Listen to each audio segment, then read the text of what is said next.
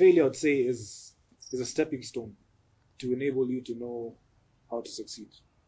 I'm used to living with people who are, I would say, academically smart. Yes, like my sisters. So mostly for me, it's more of an academic failure. I took that as part of failure because all my siblings are smart, just like yours.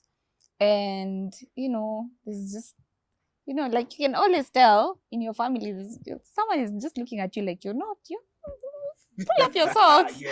But, Teaching them some more currents. yeah.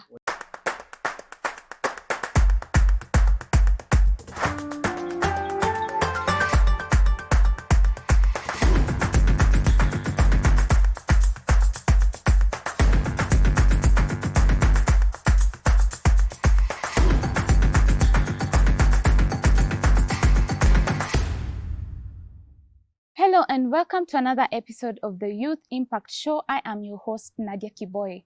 Once again, help me appreciate our host today, Convent International Hotel, who have given us this amazing space. Into the topic of discussion for today, we'll be talking about failure and success in the lives of young people. With me today is... Stephen Guita. Say no more, the flow is your boy says more. Manaman's here in the flesh, live and direct again. Come on, you don't know. Let's dissect this. And I'm Peace Mudo, but you can as well call me Kiki. Nice. It's so good to have you guys here, and thank you so much for gracing this show. I know you guys are full of wisdom, and I want us to dive deeper into this topic. Failure and success. I know you guys have experienced failure and you've also experienced success. So maybe just to ask you guys, just curiosity, what does failure and success mean to all of you guys? Oh. Okay, so personally, I'd say success. Like this mic looks like a trophy. So that's why I'm holding it, because we are winning. Yeah. So anyway, success is like small wins, like that lead to an eventual big win, like, yeah. So I'd say that from my understanding, like small wins that generate you to like getting a big win at the end of the day, because you can't get a big win without having small wins. Yeah. So I'd say success. That's what success means to me. Because success begins at the beginning of your journey towards, or rather, like what you're targeting to achieving. Yeah. And failure, I'd say, is a stepping stone to enable you to know how to succeed. Failure is a stepping stone. I don't want to look at it as a block, because once you put it or term it as a block, that's when it becomes something that you really can't see past. But it's like a challenge. It's something it's a necessity in the process in your success. It's a stepping stone. That's how I'd see failure. What about you, Mute? What does failure mean to you? Failure definitely means not attaining your full potential, just sitting on your potential. You know you're capable of doing something, but you don't go and get it. Although you have the strength to do it, but you just don't. So that's what I would call failure. A success is definitely using that potential that you have to attain something greater in your life. If you're a singer, you don't sit on your talent, you go sing. So that is what I would call success. Okay, for you, Steve, how do you analyze failure and success at a young age? I think for me, the difference, I'll probably define it from the dichotomy of it. Like, if you look at like the difference between failure and success is like the disconnect between output and input. That's how I'd actually define it. So like if it happens that you have put in so much and the output in itself does not balance with the input, that for me is failure. Success to me is a balance between the two. So it's the conduit that actually the connector that actually connects the two, that means something to me. Yeah, but in other worlds within myself, I still look at like a failure as a thing being in existence. Yeah, because if you look at like everything has components to it, and I think like the components of success could be like a series of failure. Yeah, so that's my take on it. I think in the lives of young people, the difference between those who make it and those who don't is how we look at failure and success. And there are people who fail and just remain there, and there are people who fail and they come up. So in a situation where you failed, how do you ensure that you do not stay down there? You come back up and shoot even higher. Alright, so Yes.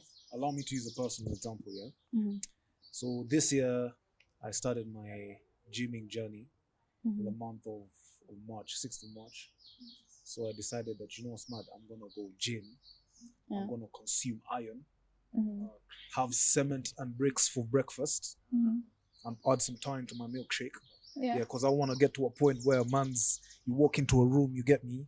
Everybody's like, brother, who is this guy? You get me? Yeah, and personally, I just wanted to attain a certain goal. Like I had a goal in mind that I wanted to attain by the end of this year. And so I did 2 months consecutively. And what happened is this: I incurred a back injury because I think I was going a bit too quick. I was going a bit too aggressive on the squats. I was doing 100 kilos of squats. I was like, you know what's mad?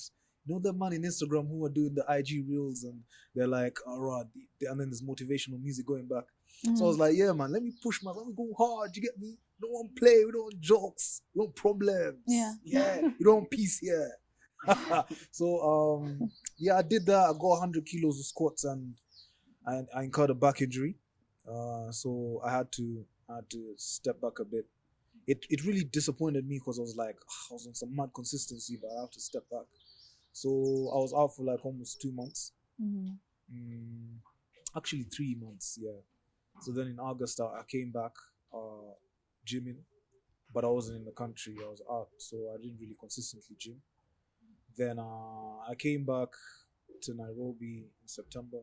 Then I began my gymming once again, and I remember that I was on injury, but right now, as we speak, I've already gotten to understand that which made me get to that point of injury. And at this point, I'm able to now work around it, find other ways that could help me achieve my goal, not necessarily using that which led me to injury. So I'm more cautious with what I'm doing in the gym, and I'm seeing gains, a lot of gains. And I could say I've bounced back from that instance of failure, but I see it as a stepping stone. Yeah, back to my definition of failure. Yeah, now man's back on it, man. Yeah, Mm. like a level left. Yeah. Come on. Mutheu, has there been a situation or maybe an instance in your life that you failed, and how did you come back up? So far in life, I would say I've experienced academic failure. Perhaps that is not a vocabulary that most people know, because I'm used to living with people who are, I would say, academically smart. Yes, like my sisters. So mostly for me, it's more of an academic failure. But it just came a point where you just needed to just shift my whole mindset and not believe that I'm a failure. Just because, yes, I failed a couple of times, does not mean that I will remain there. It was more of a push just to just see where I can actually go. Like, why not just give it a try and just push myself as far as I can go and just attain that. And I eventually got academic success, according to me. Wow. That's amazing. That's powerful, because many people term as success you have to win in all ways. You have to win in books, you have to do this. But there are people who are book smart and there are others who are life smart. Those who are life smart didn't have to be in the books all the time. They didn't get. I was one of them. Actually, I can relate with you, because I wasn't performing well in school, and it was a back and forth. We used to call them supplementaries. Yeah. And I used to remain in school for those ones, because I didn't get to the minimum grade. Wait, at what point was this? High school. Okay. So And I believe, even as I took that as part of failure, because all my siblings are smart, just like yours. And, there's just, like you can always tell in your family, someone is just looking at you like you're not, pull up your socks. Yeah. But, Yum some more carrots. yeah, What does it say carrot? but They love towards it. the end of my high school, I devoted myself to working. And that really got me far. And now I can actually say, just like you, I attained academic excellence, just like you, because I put myself in the books for the remaining years, and I did well. It is well because I did well. It's well according to me, because I feel like I was down here, but I got to somewhere and my grades were looking good. So, and that's one thing. Many people measure failure and success in different ways. And this drives us to the next question of us. How do you measure failure as a young person and success? How do you measure, not even failure, how do you measure success? Because success is relative to everyone. There's someone who will get a car and they'll be like, oh, I've succeeded. Wow.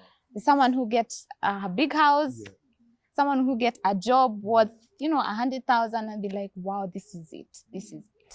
So how do you measure success in your life? Well, I think we're all creations of intentions. So that would be my take on it.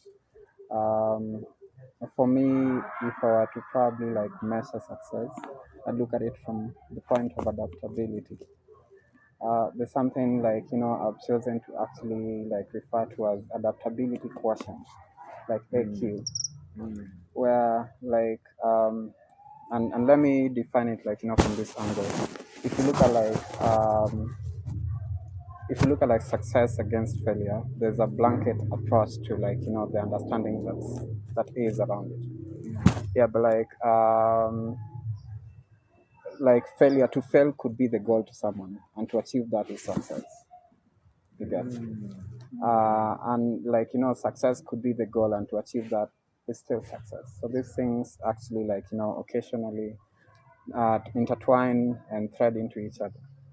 But back to adaptability quotient, it's what hits you that you deal with, because that's practically been my life. That's how I actually get to measure failure and success. How am I adapting to it? You get because it's all nothing but attitude. You get that's actually the scalpel that shapes us all. Did you say that?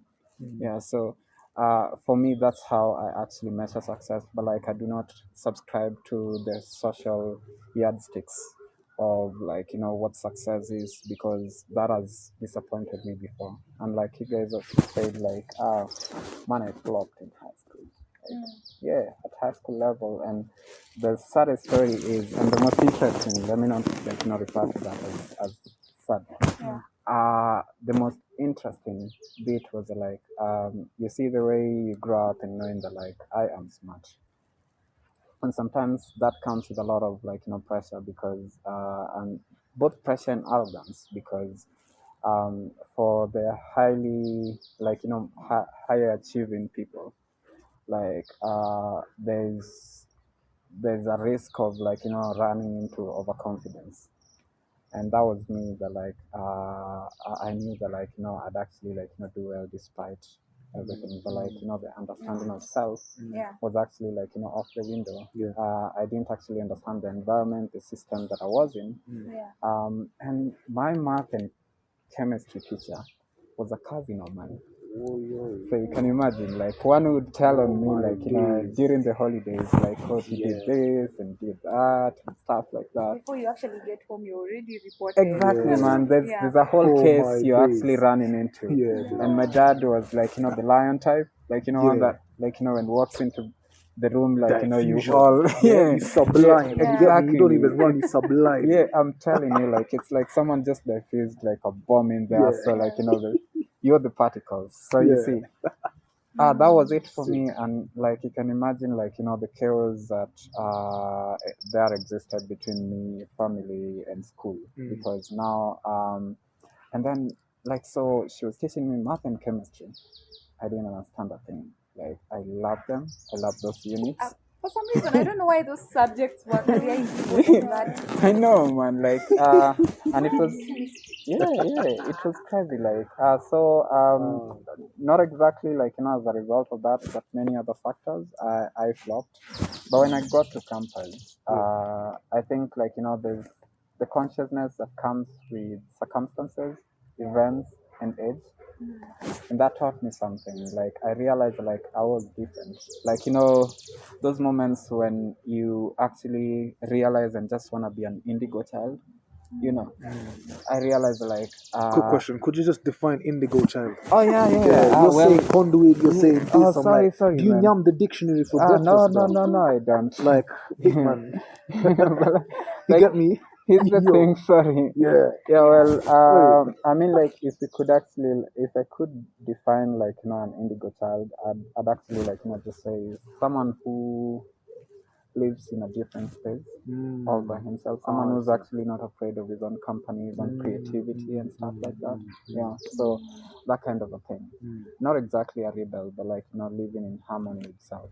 So that's basically like who I have over time become, and like had to accept. So I realized like for me, high school was a very serious environment. Like people were reading and that kind of a thing.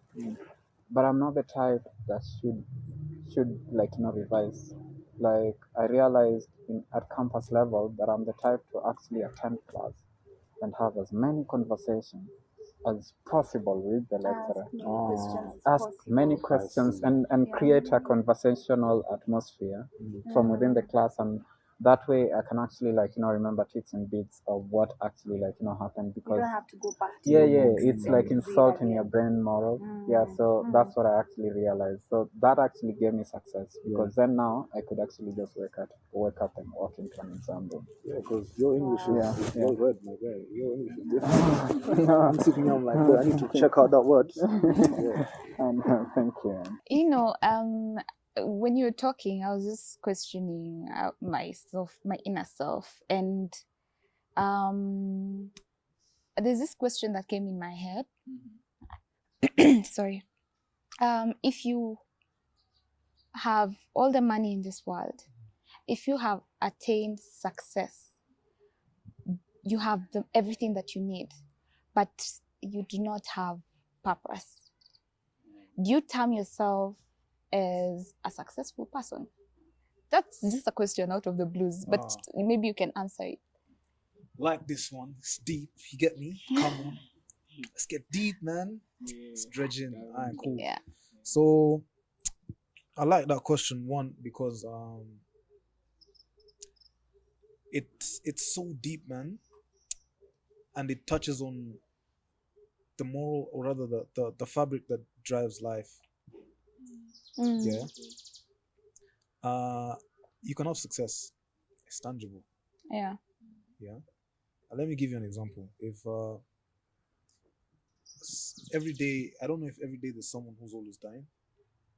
Obviously, I don't know. yeah. But every day someone's being born. So I don't know if every day someone is dying. But when someone dies and they have all those accolades in the grave, they don't have the accolades with them. Yeah. You get me? But if they lived in the purpose they were called, they will leave legacies, they will touch lives, Yes. and they will have done something that they were called and brought into this planet to do. But you can have accolades, you can do whatnot, but live outside of your purpose. And it's like you were in this planet and not in this planet at the same time. You get me? It's just a few that know you that get to witness and encounter your presence. But your purpose leads you and sends you to greatness and to other places. And that greatness travels down generations and generations. It's a legacy that's left. That's what purpose brings about. Legacies. Success brings about gratification that ends on the grave. Yeah, it just ends there. And if it happens so that, let's say you create generational wealth, it'll end up dying. Yeah. You get me? At some point. But like purpose generates legacies, because you will live according to your purpose, and someone else, you might, as you're doing that, you might uplift someone to be able to realize the reasons to why they're called to live in this planet, and that also generates them to realize, to be enlightened about their purpose, you know. And then it goes down deeper into generations, and legacies are formed, man. Yeah. The reason as why I asked that question about purpose, we're talking about success, we're not talking about purpose, but it's all linked. Because I believe purpose should work for you and work for the people around you. Yes. And as we get into the quote of the day, as you try and as we get deeper into this quote and understand what it means, at this age and time, many people are chasing success. We're all chasing success and not the value we bring into life. So someone said, strive not to be a success, but rather to be of value. So if you analyze this quote, as a young person, as Mutheu, as Shalom, as Steve, how does this speak to you as a young person? And how do you align what you're doing, your success, to bring value into your life? You've talked about legacy. So you mean like every day you wake up, the thing that you choose to do, the path that you choose to follow must align with the purpose that you were called for in this world. Yes. So Mutheu.